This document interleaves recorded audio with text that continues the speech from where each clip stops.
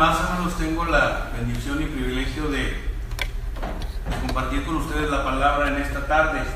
El día de ayer vimos el tema, hemos de volver a infringir tus mandamientos, y hoy se me asignó este segundo tema.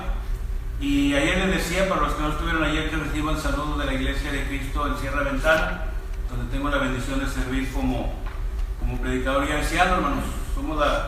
Tenemos la bendición de ser 3 ancianos y la bendición también de que los 3 ancianos somos predicadores, ¿verdad?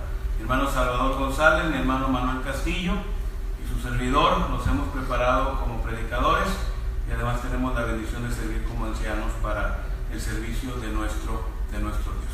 Vamos a orar, hermanos. Bendito Padre Celestial, una vez más, Señor, estamos delante de usted, dándole gracias por este día, Padre hermoso, porque estamos congregados alabando su nombre.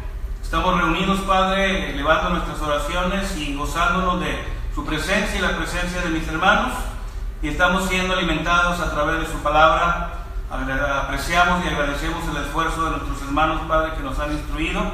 Sabemos que es olor fragante delante de usted, Padre, este sacrificio espiritual, y rogamos, Padre, que sea con todos nosotros, que nos ayude.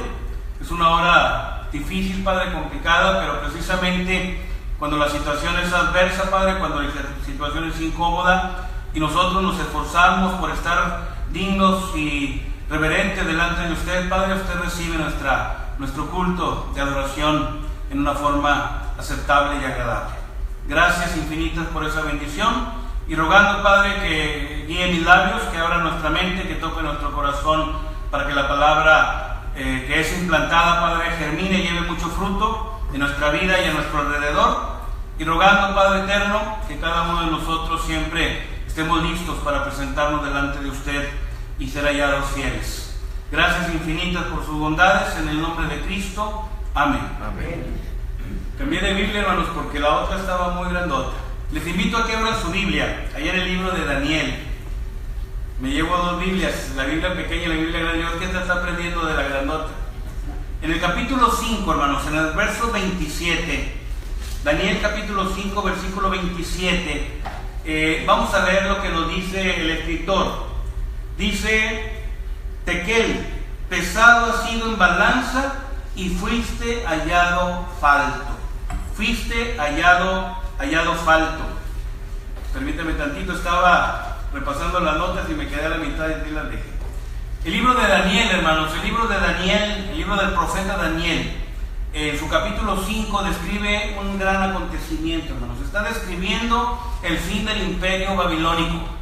El escritor sagrado nos narra los últimos tiempos de este importante imperio, representado, hermanos, como recordaremos, en aquel sueño de Faraón, por aquella gran cabeza de oro macizo, descrita, hermanos, en la visión que este rey tuvo, y que con mano férrea, hermanos, había gobernado el mundo por casi 70 años.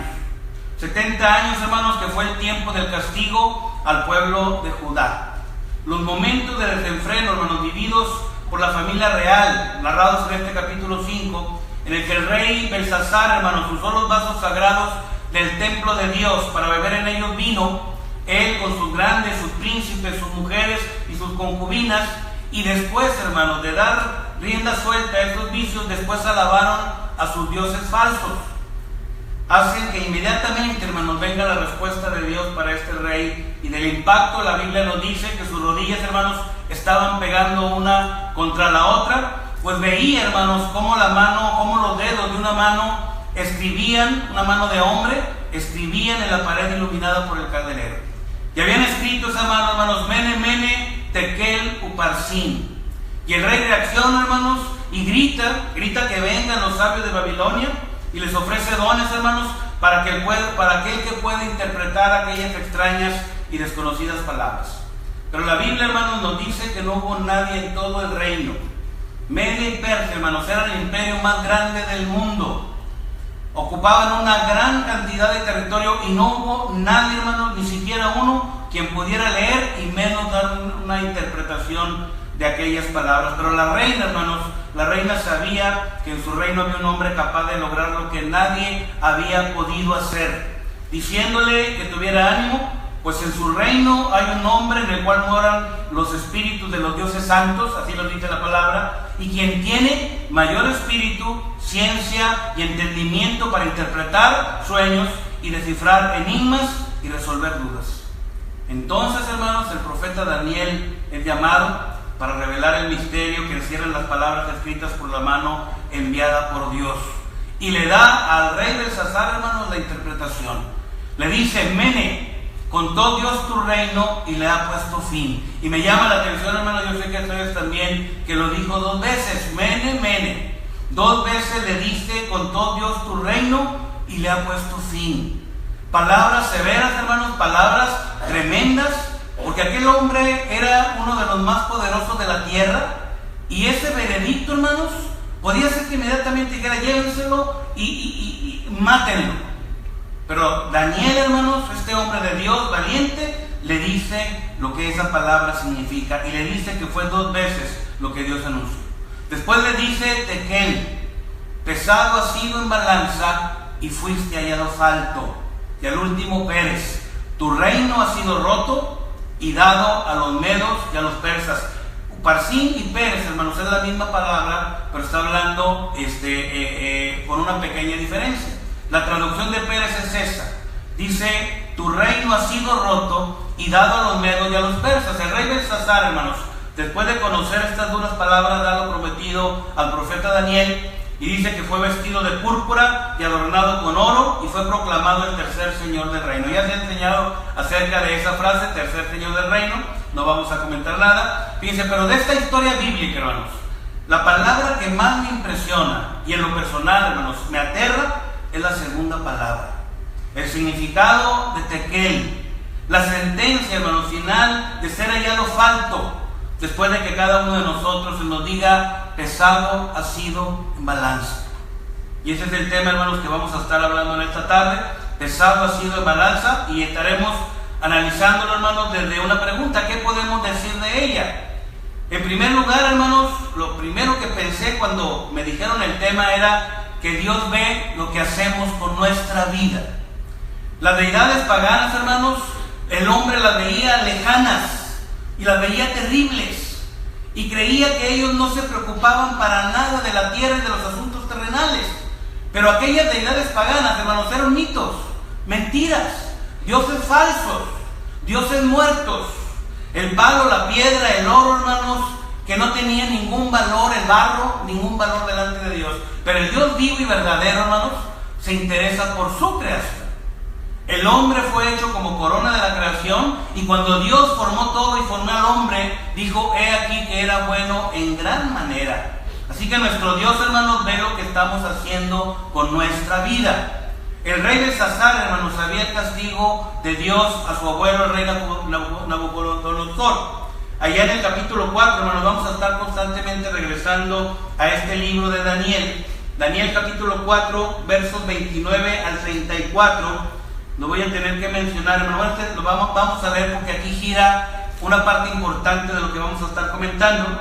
Dice: al cabo de 12 meses, fíjense, habían visto aquella visión, hermanos, grande, que era un árbol grande, que venían todas las tierras. Y Nabucodonosor, hermanos, cuando Daniel interpretó el sueño de la estatua de oro, alabó al Dios vivo y verdadero y reconocía que Él era Dios. Pero pasó el tiempo, hermanos, y se olvidó de Dios. Pasa el tiempo, pasan 12 meses y se olvida de Dios. Dice: y al cabo de 12 meses, paseando en el palacio real de Babilonia, habló al rey y dijo: ¿no es esta la gran Babilonia que yo edifiqué para casa real con la fuerza de mi poder y para gloria de mi majestad?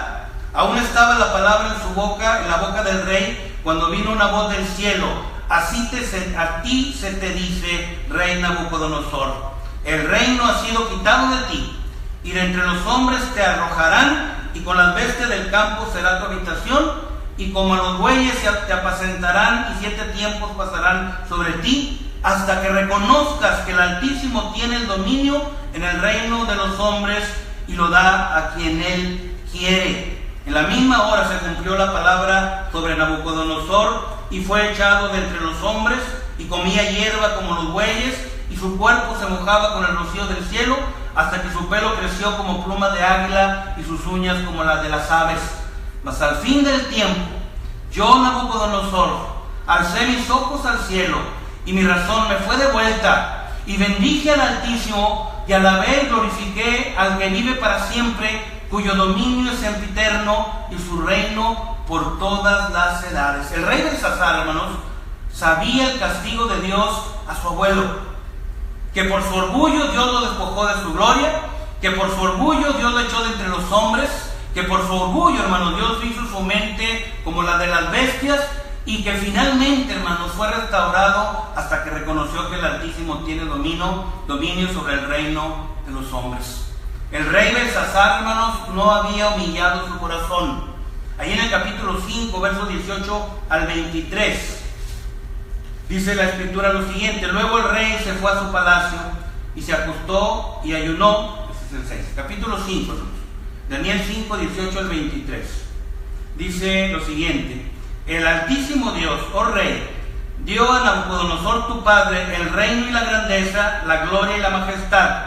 Y por la grandeza que le dio, todos los pueblos, naciones y lenguas temblaban y temían delante de él. A quien quería mataba y a quien quería daba vida, engrandecía a quien quería y a quien quería humillaba. Mas cuando su corazón se ensoberbeció y su espíritu se endureció en su orgullo, fue depuesto del trono de su reino y despojado de su gloria, y fue echado de entre los hombres, de entre los hijos de los hombres, y su mente se hizo semejante a la de las bestias, y con los santos mosteces fue su morada. Hierba le hicieron comer como a buey, y su cuerpo fue mojado con el rocío del cielo, hasta que reconoció que el Altísimo Dios tiene dominio sobre el reino de los hombres, y que pone sobre él al que le place. Y tú, su hijo Belsasar, no has humillado tu corazón sabiendo todo esto. Dice el 23: sino que contra el Señor del cielo te has ensoberbecido, e hiciste traer delante de ti los vasos de su casa, y tú y tus grandes, tus mujeres y tus concubinas, bebiste vino en ellos. Además de esto, diste alabanza a dioses de plata y de oro y de bronce y de hierro, de madera y de piedra, que ni ven, ni oyen, ni saben, y al Dios en cuya mano está tu vida. Fíjense, al Dios vivo y verdadero, en cuya mano está tu vida, y cuyos son todos tus caminos, nunca honraste. Belsasar no humilló su corazón. Él se había llenado de soberbia contra Dios. Él había utilizado, hermanos, los utensilios sagrados para sus vicios. A lo mejor no hace mucho impacto ahora a nosotros, hermanos, pero cuando Dios da el diseño de esos instrumentos de adoración, eran solamente para su uso. Eran bienes consagrados para Dios. No se podían usar para otra cosa. Ni lo que eran las libaciones, ni lo que eran los perfumes, eran solamente para la gloria de Dios. Y este hombre los toma para sus vicios. Una afrenta al Dios vivo y verdadero. Él se había atrevido, hermanos, a dar alabanza a dioses falsos. El rey Belsasar, hermanos, se olvidó que es Dios quien mide nuestras acciones.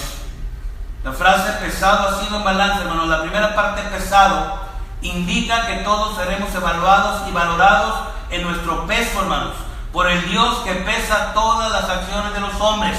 Primer libro de Samuel, capítulo 2, versículo 3, hermanos. Primer libro de Samuel, capítulo 2, verso 3. Dice: no multipliquéis palabras de grandeza y altanería. Cesen las palabras arrogantes de vuestra boca, porque el Dios de todo saber es Jehová, y a Él toca el pesar las acciones. Seremos pesados, hermanos, y evaluados por nuestro Dios. Hay otras citas, hermanos, pero no las vamos a mencionar. Pesado, hermanos, indica que todos seremos pesados con justicia.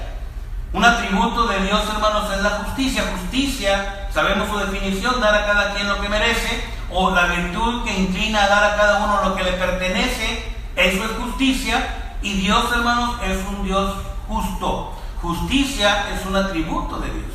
El diccionario bíblico ilustrado Forman, hermano, dice que Dios es la fuente de la justicia como creador soberano del universo, y que Dios es un Dios justo. Ahí en Deuteronomio capítulo 32, versículo 4, la única que voy a mencionar de todas las que traigo, hermanos, encontramos la justicia de Dios.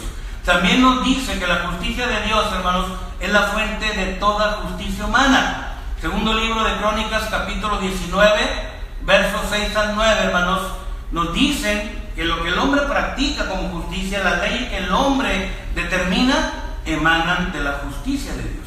Dios es la fuente de toda justicia humana. Hablando de la verdadera justicia, hermanos, porque el hombre ha distorsionado su camino. En el Antiguo como en el Nuevo Testamento, hermanos, se nos dice que Dios y todo lo que viene de Él es justo. Sus juicios son justos. Apocalipsis capítulo 16, versículo 7. La segunda carta a Timoteo capítulo 4, verso 8, hermanos, el cual nos dará el juez justo en aquel día, hablando el apóstol Pablo, hermanos, acerca de terminar su carrera. Yo sé que Él es el juez. Dios pesará, hermanos, con justicia cuando llegue el momento, y es importante, hermanos, asegurarnos de no ser hallados santos. El rey Belsasar, hermanos, olvidó que es Dios quien mide nuestras acciones y que todos seremos pesados por nuestras decisiones. Nosotros, hermanos, forjamos nuestro camino a través de las decisiones, a través de las elecciones que hacemos. Y es importante, hermanos, que seamos sabios en lo que elegimos. Sabiduría se define como la capacidad de tomar decisiones acertadas. Este rey, hermanos, cuando se da cuenta de su error, del error de sus acciones, era demasiado tarde. Dios había determinado que fueran derrotados por los medos persas. Lo sabemos por la historia bíblica y por la historia secular. Dios les había dado a los medos persas todos los imperios de la tierra. Así lo dijo Ciro. Dios me ha entregado todos los reinos de la tierra. Y lo dijo Dios, hermanos, porque sabía que lo iba a hacer. 200 años antes, a través del profeta Isaías, dijo: porque Ciro es mi pastor y él hará todo lo que yo le diga. Y lo hizo así, hermanos. Dios mandó a Ciro que permitiera el regreso de su pueblo a la tierra de Israel. Dos causas principales, hermanos: restaurar su templo, que se logra a través de la reconstrucción de Zorobabel, y para que se le ofrecieran sacrificios para honrar su nombre. Pasó el tiempo del castigo, regresaron a la tierra, hermanos, que Dios le había prometido a los patriarcas dársela, y una vez más, hermanos, Dios era honrado a través de los sacrificios, hermanos. Era honrado a través de lo que Él había determinado. También, hermanos, este rey olvidó que todos seremos pesados en el momento que menos esperamos. Para Belsasar, hermanos, era un día de fiesta. Los historiadores dicen, hermanos, que para animar a sus príncipes, porque estaban sitiados, Él organiza ese banquete.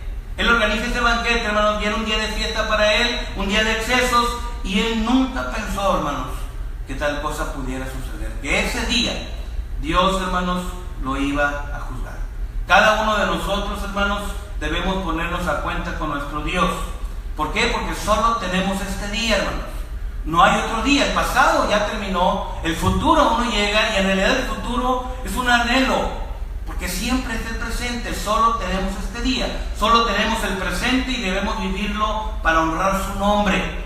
Solo si buscamos vivir para Él, hermanos, para Dios, nuestra vida será una vida plena en todos los sentidos. Y será una vida plena, hermanos, porque tendremos la certeza de que nuestro encuentro con Él será de regocijo. No de vergüenza, no de dolor, hermanos, sino de regocijo.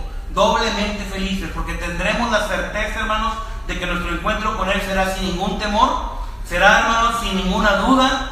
Será, hermanos, siguiendo el ejemplo del apóstol Pablo. Ahorita hablábamos de lo que escribió en la segunda carta a Timoteo, capítulo 4, versículos 6 al 8, hermanos, donde él ya al final, hermanos, dice: porque yo ya estoy para ser sacrificado y el tiempo de mi partida está cercano. He peleado la buena batalla, he acabado la carrera, he guardado la fe. Por lo demás me está guardada la corona de justicia, la cual me dará el Señor juez justo, hermanos, en aquel día, y no solo a mí, sino también a todos los que aman su venida. Fíjense, me gusta, hermanos, cómo habla el apóstol Pablo de su muerte. Él fue decapitado en el 68, hermanos. Pasó muy poco tiempo después de escribir estas cartas, no sé si 2 o 3 años, y finalmente, hermanos, fue sentenciado a muerte. Pero él habla con una paz, una tranquilidad, hermanos, y dice: cumplí, vencí, triunfé, acabé lo que me había encomendado. Lo mismo hace el apóstol Pedro, hermanos. Ahí en su segunda carta de Pedro, capítulo 1, versículo 14, dice: sabiendo que en breve debo abandonar el cuerpo, como nuestro Señor Jesucristo me ha declarado. O Se cree que el apóstol Pedro, hermanos, fue crucificado en el 64. Pero cuando escribe esta carta, hermanos, él dice, voy a morir, porque el Señor me lo dijo. Pero hay, hermanos, una tranquilidad, una paz. En breve he de abandonar el cuerpo y va a un lugar mejor, hermanos. El apóstol Pedro y el apóstol Pablo sabían que iban a un lugar mejor. Ellos acabaron su trabajo e iban al reposo eterno, hermanos. Por eso entiendo, hermanos, cuando el apóstol Pablo nos dice en la primera carta a los Corintios 11:1, sed imitadores de mí, así como yo de Cristo. Él sabía quién era, hijo de Dios, cristiano, sin ninguna sombra de duda, hermanos. Sabía dónde iba, sabía lo que tenía que hacer y había elegido correctamente sus acciones en su vida. Y podía exclamar estas palabras, hermanos. ¿Cuántos de nosotros podemos hacerlo? A veces nuestro cristianismo consiste en ir a la iglesia y a veces batallamos. Mi hermano Sergio nos decía en la mañana en su tema acerca de ello. Cada vez que la iglesia está congregada, hermanos, es un culto a Dios, es un servicio a Dios. A lo mejor no adoramos con todos los puntos de adoración, pero mi Dios está aquí, oyendo y viendo y recibiendo, hermanos, nuestro culto, nuestro servicio, nuestra devoción. Tenemos que darle a Dios, hermanos, lo mejor de nosotros, porque si no vamos a ser reprobados. La frase ha sido, hermanos, no sé si se fijaron, pero está en pasado. Ya pasó. Algo que nadie puede cambiar. Fue lo que pasó con Belsasar. Ya no había nada más que hacer. Pesado ha sido. Se acabó la oportunidad. Algo que ya pasó, el momento y la oportunidad de cambiar, hermanos, la conducta quedó atrás.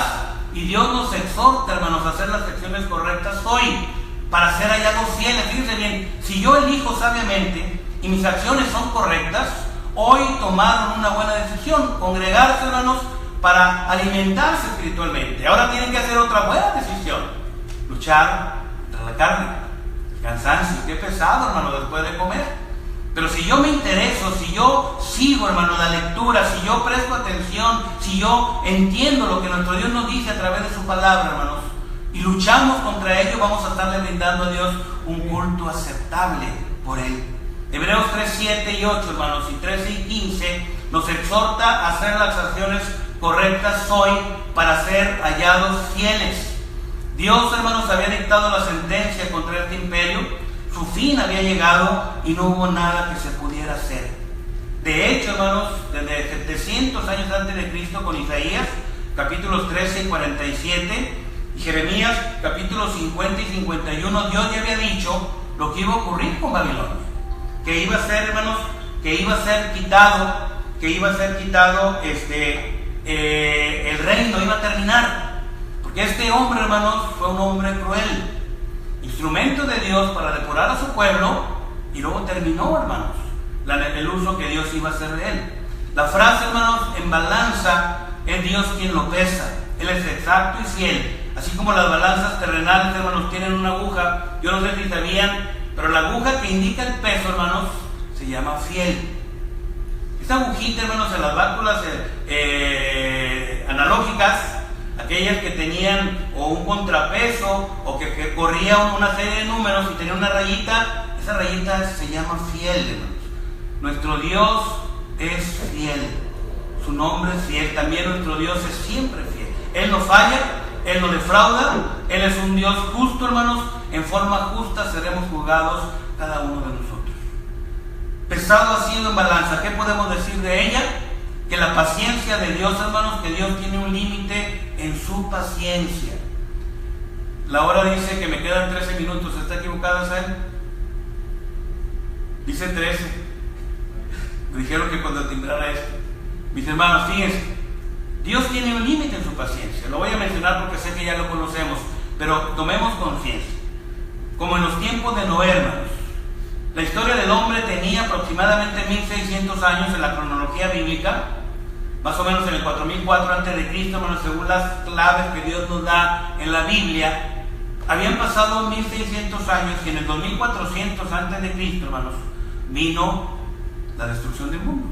La paciencia de Dios llegó a su límite. Génesis capítulo 6, versos 5 al 7, especialmente, hermanos, quiero leer la parte donde dice, hermanos, y dijo Jehová, raeré sobre la faz de la tierra los hombres que he creado, desde el hombre hasta la bestia y hasta el reptil y hasta las aves de los cielos, pues me arrepiento de haberlos hecho.